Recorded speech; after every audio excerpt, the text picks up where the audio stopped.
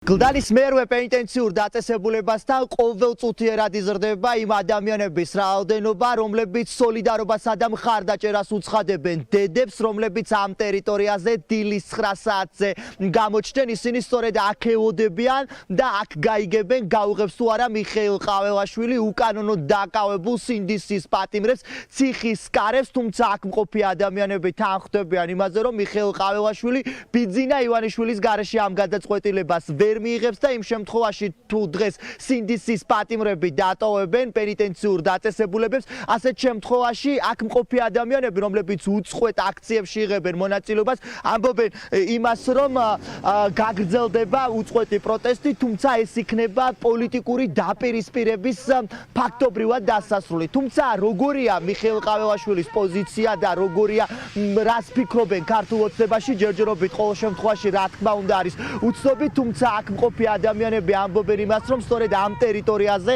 დაეოდებიან თუ როგორი იქნება ყაველაშვილის ვერდიქტი სინდისის პატიმრებთან დაკავშირებით. ფაქტობრივად შეგვიძლია ვთქვათ, რომ აქ მყოფ ადამიანებს არ აქვს პოზიტიური მოლოდინი იმისა, რომ რომელიმე სინდისის პატიმარი დღეს დატოვებს პენიტენციურ დაწესებულებას, რადგან ამბობენ, რომ სწორედ ამ მეთოდით სურს ქართულ ოცნებას შური იძიონ იმ ადამიანებზე, რომლებიც ევროპული მომავლისთვის იდგნენ რუსთაველის გამზირზე და ქვეყნის სიყვარულისთვის ახლა პენიტენციურ დაწესებულებებში იმყოფებიან. არაფრის იმედი არ მაქვს, არაფრის მოლოდინი არ მაქვს, მაგრამ მაინც მოვედი. ესეც იყო ტყვილი გამოცხადებოდა, ტყვილა თქვავი, თუმ დაელოდეთ ნათლისღებასო. როგორც დანარჩენი, რაც შეგვპირდნენ და რა შესრულდა, არაფერი არ გაკეთებულა, ხო?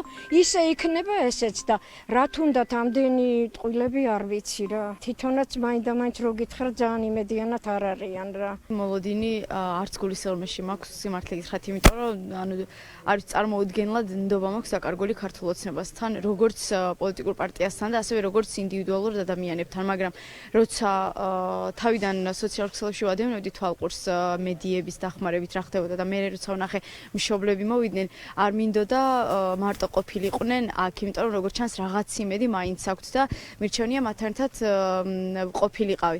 მაგრამ კიდევ ერთხელ შემიძლია ვთქვა, რომ არ მგონია მაგალითად ზვიადი, რომელსაც ტერორისტი უწოდეს, დღეს ქართულმა ოცნებამ შეწყალებით გამოუშვას, რომელმაც ასევე შეწყალბაზე უარი თქვა. ადროსაც გამოვლენ ეს ადამიანები, თავაწეულები გამოვლენ, როგორც რეზომ დარეკა და უთხრა და ღირსეულად გამოვლენ. ყველა ერთად ახლა სწორედ მიხეილ ყაველაშვილის გადაწყვეტილების მოლოდინში არიან, მათ შორის არიან, რა თქმა უნდა, სამოქალაქო აქტივისტები და ის სტუდენტები, რომლებიც უკვე რამდენიმე თვეა ევროპული მომავლისთვის რუსთაველის გამზირზე დგანან და იბრძვიან იმისათვის, რომ ქვეყანა რუსული მმართველობისგან დაისხნა.